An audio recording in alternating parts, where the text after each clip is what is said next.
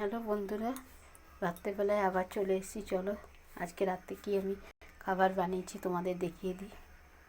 এখানে বানিয়েছি পরোটা,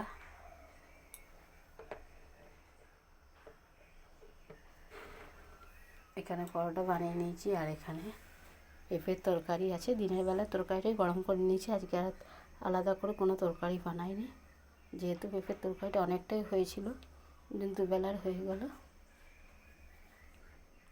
আর এখানে বানিয়ে নিয়েছি আমি, দেখো নিজে হাতে মিষ্টি বানিয়েছি, পান্তুয়া। মিষ্টিগুলো কেমন হয়েছে বলবে। এই রেসিপিটি তোমরা যদি চাও, আমি এই রেসিপিটা শেয়ার করে দেব।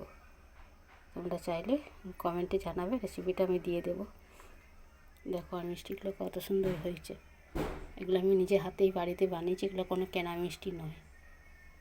এই ছিল আজকে রাতের মেনু, পরোটা, পেঁপের তরকারি আর নিজের হাতে বানানো পান্তুয়া।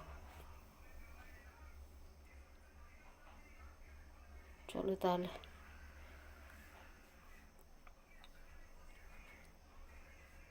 Good night.